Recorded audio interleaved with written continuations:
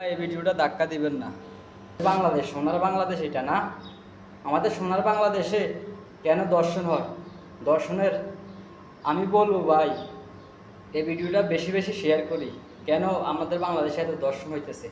যারা দর্শন করতেছে, ও ভাই তোমাদেরকে বলছি, তোমরা মদ খাও, জুয়া খেলো, তোমরা বিয়ে না করে দর্শন করতেছ, তোমাদের কি মা বোন নাই ঘরে?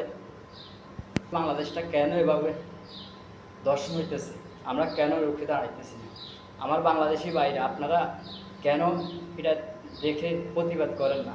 আপনাদের ঘরে কি মা বোন নাই? আপনাদের শরীরে কি মুসলমানের রক্ত একটুও নাই? আপনি মুসলিম হয়ে কেন এগুলো দেখতেছেন, ধৈর্য ধরে থাকতেছেন? সবাই সবার জায়গা থেকে প্রতিবাদ করব, কেন দর্শন হইতেছে বারে বারে?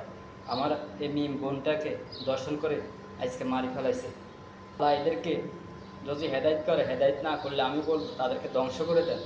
কেন এই বারে বারে এই বাংলার বুকে দর্শন হইতেছে?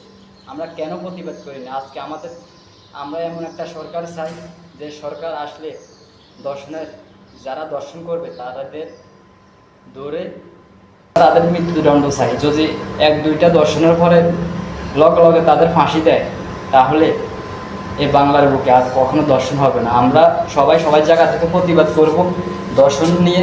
দর্শন কেন হইতেছে? আমাদের ঘরে যদি মা বোন থাকে, তাহলে আমাদের শরীরের মধ্যে রক্তের বন্যা বইতে হবে। সবাই সবার জায়গা থেকে প্রতিবাদ করব। এই ভিডিওটা ভাই বেশি বেশি শেয়ার করবেন। যদি মুসলিম হয়ে থাকেন বেশি বেশি শেয়ার করবেন। যদি আপনার শরীরে মুসলিমের রক্ত থাকে, আপনি যদি মুসলিম ঘরে জন্ম নিয়ে থাকেন, তাহলে বেশি বেশি শেয়ার করবেন, বেশি বেশি প্রতিবাদ করবেন।